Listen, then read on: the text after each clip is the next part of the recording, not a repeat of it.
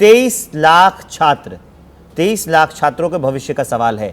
दो चीजें पैरेलल चल रही हैं, जैसे ये वो प्रवक्ता हैं जेडीयू के, वो कह रहे हैं कोड के समान है, ये सबको पता है कि कोड के समान है, ये चीज नहीं होनी चाहिए। लेकिन बड़ी बात यह है कि इसी के पैरेलल काउंसलिंग भी चल रही है। तो एक और तो एफआईआर दर्ज हो रही है जो ये सबूत बताती है कि पेपर लीक हुआ है। जो एनटीए है उसने कह दिया कि भैया हमने ग्रेस मार्क्स दे दिया, उसके पहले उसने कोई ऐसे निर्देश जारी नहीं किए थे। तो सवालिया निशान तो बनता है ना, कैसे बचेंगे इससे? विवेक, दरअसल पिछले कई वर्षों से इस देश में परीक्षा प्रणाली इतनी ज़्यादा ध्वस्त हो गई है, वो राज्यों में पेपर लीक हो रहे हैं। उत्तर प्रदेश में पुलिस की भर्ती में जो है पेपर लीक होता है। फिर ये नीट का मामला ताज़ा आया, व्यापम का इतना बड़ा घोटाला मध्य प्रदेश का पिछले कई वर्षों से चर्चा में रहा। तो पूरे सिस्टम में मुझे लगता है इतना ज़्यादा खराबी आ गई है, और जो माफिया है, परीक्षा माफिया, वो बड़े स्तर पर पूरे सिस्टम में देशव्यापी स्तर पर सक्रिय है। नीट के ही तार देखिए, पटना से लेकर गुजरात तक जुड़े हुए हैं। मामला गोधरा में भी पकड़े जा रहे हैं, पटना में पकड़े जा रहे हैं। ग्रेस मार्क अलग मुद्दा है। तो कहीं ना कहीं इसकी ये खाली छुटभइयों का मामला नहीं है कि किसी बाबू ने कहीं गड़बड़ कर दिया हो या किसी नीचे के लेवल के, ये बहुत बड़े अधिकारी की मिली भगत की है। क्योंकि कई जो मैं ग्राउंड पर छात्रों से मिल रहा था, अभिभावकों से मिल रहा था, उनका तो ये कहना था कि 4 तारीख को रिजल्ट जारी नहीं होने थे, 14 तारीख को जारी होने थे। 4 को इसलिए जारी कर दिया कि लोकसभा चुनाव में दब जाए मामला। नकल माफिया के रूप में चिन्हित किए गए कई लोग बाकायदा राजनीतिक पार्टियों में बड़े बड़े पदों पर भी हैं या रहे हैं, और चुनावों में भी उनको टिकट दिया गया है राजनीतिक दलों की तरफ से।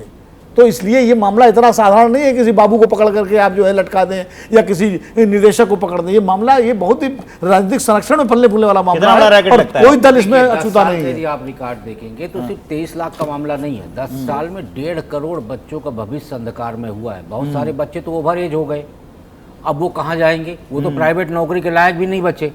सबसे मूल बात ये है कि जब तक कहना चाहिए राजनीतिक और प्रशासनिक जो गठजोड़ है उसकी गांठ नहीं खुलेगी, तब तक ये पेपर लीक के मामले की तह तक नहीं जाया जाए। जैसे जेडीयू वाले बोले जड़ तक जाना है। पिछले 10 साल 15 साल में आप कितनी जड़ तक घुस जाते हैं कि मामला वहीं दब जाता है। आप टहनी में ही बैठे हुए हैं, आप टहनी में ही बैठे हुए हैं और जड़ से लगातार पेपर लीक हो रहा है। तो ऐसा नहीं कि सिस्टम को जानकारी नहीं है, सिस्टम को जानकारी है, लेकिन सिस्टम तक नहीं जाना चाहता। और जब तक सिस्टम तक नहीं जाएगा इसका पर्दाफाश नहीं होगा, और ये कांड और ये घटनाएं होती रहेंगी भारत में। सिस्टम तक कब कैसे जाएगा? सिस्टम तक नहीं जाएगा, इससे सहमत नहीं हूं। मैं तो कह रहा हूं सिस्टम ही सिस्टम में शामिल है इस पूरे से सारे घटनाक्रम में। जितनी गड़बड़ी हो रही है वो बिना सिस्टम के हो ही नहीं सकती, ये एक घटना नहीं है। और नीट का एग्जाम तो इतना बड़ा घोटाला है। आप कह रहे हैं कि ग्रेस मार्क्स का मसला है, आप कह रहे हैं पेपर लीक का मसला है। आप उसमें देखिए कि आपने जो मनपसंद के सेंटर्स दे दिए, झारखंड के बच्चे को, ग्रुप को गोधरा में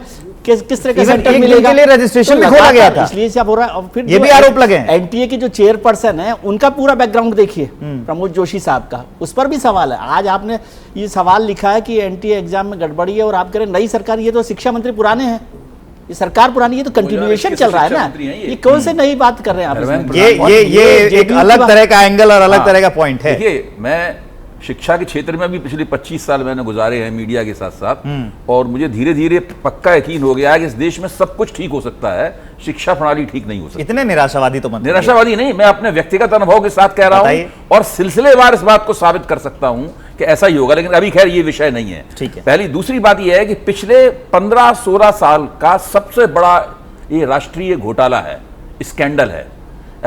अच्छा, क्या इसको निपटाना, क्या इससे निपटना कोई रॉकेट साइंस है? सब लोग ये जानते हैं। अब तो मैं व्यंग से यही कह सकता हूं कि शायद परीक्षा प्रणाली को ध्वस्त कर दिया जाए तो इसी तरह भारत एक विश्वगुरु बन जाए। विश्वगुरु बनने का ये एक बड़ा ही विकट रास्ता है कि पहले परीक्षा प्रणाली और शिक्षा प्रणाली को ध्वस्त कर दो। नई शिक्षा नीति आ रही है, उसके ऊपर मैंने भी एक वर्कशॉप किया था बहुत बड़ा, और लोग भी उसके ऊपर तमाम विचार कर रहे हैं। और कुल मिलाकर जमीन पर कैसे शिक्षा प्रणाली चल रही है उसकी ये हालत है। अब नीट में जो छात्र बैठते हैं वो साधारण छात्र नहीं है भाई, वो लोग हैं जिनके ऊपर देश का कार्यभार होगा आगे जाकर। वो लोग हैं, इलाज करेंगे, वो जो लोगों का इलाज करेंगे। और देखिए, अगर 1.5 लाख डॉक्टर बन गए तो 1.5 लाख डॉक्टर बेरोजगार नहीं होता है कभी भी। कहीं नहीं देखा होगा कि डॉक्टर बेरोजगार घूम रहा है, उसको रोजगार मिलता ही मिलता है डॉक्टर बनने के लिए। आज तमाम जगहों पर आप देखिए तो परचून की दुकान की तरह नर्सिंग होम खुल रहे हैं, और इसी टाइप के डॉक्टर जाके वहां पे नर्सिंग होम चला रहे हैं, क्योंकि उनकी एम्स में नौकरी नहीं लगती। तो या तो पूंजीपति है तो अपने से नर्सिंग होम डाल के और 5 अच्छे डॉक्टरों को हायर करके रख रहा है, या खुद अपना नर्सिंग होम डाल के झोला छाप डॉक्टरों की तरह इलाज कर रहा है। तो इसीलिए मृत्यु दर देखिए गांवों में आज भी बढ़ रही है और इन्हीं डॉक्टरों के कारण बढ़ रही है। अच्छा, इसमें ताज्जुब चीज़ एक और समझिए बात का कि है। 30 लाख 40 लाख रुपए नीट के एग्जाम के पेपर को लेने के लिए कर रहे हैं, तो इसका मतलब क्या है? क्योंकि इसकी वजह यह है कि कॉलेज में एडमिशन के लिए 1 करोड़ रुपए देना पड़ रहा है, तो वो 1 करोड़ रुपए की बजाय 30 लाख में वो एडमिशन करवा रहा है। एक तो उस ताज्जुब सिस्टम सोच रहे हैं कि सस्ते में मामला सेट हो जाएगा। इतना बड़ा रायता ताज्जुब फैला बात हुआ यह है कि जिसको इस चुनाव में ये देखा गया है कि पेपर लीक के स्कैंडल की वजह से सत्तारूढ़ दल को नुकसान हुआ है। सभी लोग कह रहे हैं, और बेरोजगारी सीधी चीज जुड़ जाती है इससे, जो छोटी परीक्षाओं में होता है। इसके बावजूद ठीक क्यों नहीं कर रहे? क्योंकि इससे नुकसान भी, अगर इसी तरह पेपर लीक होता रहा तो एक दिन भारतीय जनता पार्टी सरकार पूरे देश में समान रूप से केवल इसी वजह से चुनाव हार जाएगी। नहीं, दूसरा अभय जी, हर राज्य में इसको पेपर लीक को लेकर कानून बना हुआ है, सभी राज्य सरकार ने बनाया, लेकिन उनकी तरफ से अभी तक क्या कदम उठाए गए? भाई कानून है तो जांच भी होनी चाहिए, पकड़ा जाना चाहिए, यूपी में, अपराधियों बिहार को में सजा हर होना जगह चाहिए, तो होता है, हर जगह झारखंड में उत्तराखंड, कहाँ नहीं मध्य होता है? प्रदेश, सब राजस्थान जगह। सब जगह होता है। हुआ, अशोक गहलोत अभी सरकार अभी जो जाने में एफआईआर बड़ा दर्ज हुई नहीं है, कर रहा इसमें है। एफआईआर में लिखा गया सिर्फ नीट नहीं, हाँ, ये बीपीएससी का भी पेपर भेजते थे, राजस्थान में उन्होंने कांग्रेस हारी तो उसमें ये कबूल तो किया। बड़ा कारण था। देखिए, उत्तर प्रदेश में अभी भी तक हुआ, इतने अभी मामले लोकसभा आते हैं चुनाव में। पेपर लीक को लेके और नीट जैसे घोटाले सामने आते हैं, उसके बाद आई गई बात हो जाती है, कोई स्पष्ट ये नहीं आता कि किसके खिलाफ कितनी कार्रवाई हुई, कौन सा माफिया कहां पकड़ा गया, क्या हुआ।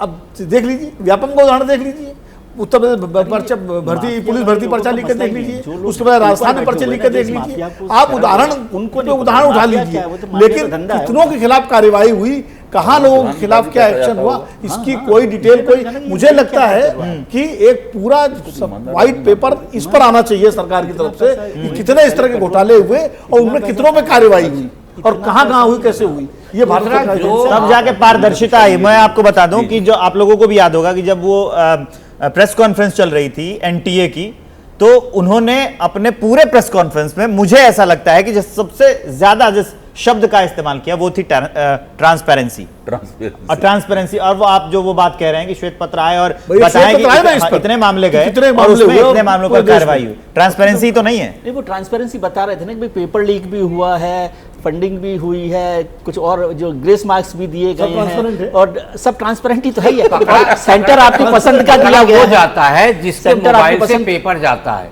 वो नहीं पकड़ा जाता जो मोबाइल तक पेपर पहुंचाता है। हाँ। तो सबसे पहले तो आपको उसको पकड़ना है जो मोबाइल तक पेपर पहुंचाता है, लिफाफा खोलता है। लिफाफा- जब तक आप वहां नहीं ये पहुंचे, माफिया पकड़ना तो मोबाइल second से है। पेपर लीक मैं आपको पकड़ने से उदाहरण कोई देता फायदा हूं। नहीं। जी। उत्तर प्रदेश में पर्चा लीक पर बलिया में हमारे संवाददाता के मोबाइल पे पर्चा आ गया, ठीक है। उसने वो पर्चा डीएम को और डीआईएस को भेजा कि भाई देखिए पर्चा लीक हो गया है और ये मामला गंभीर है।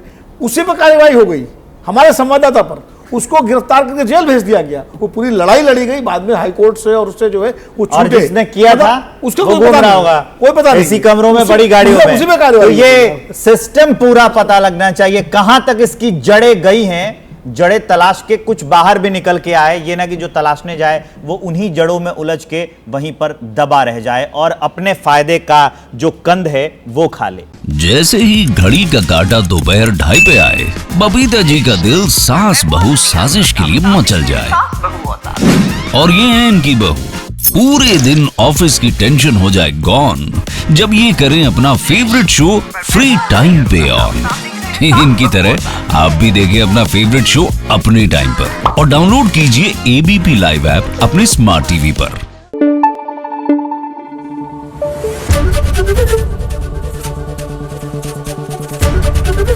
एबीपी न्यूज आपको रखे आगे।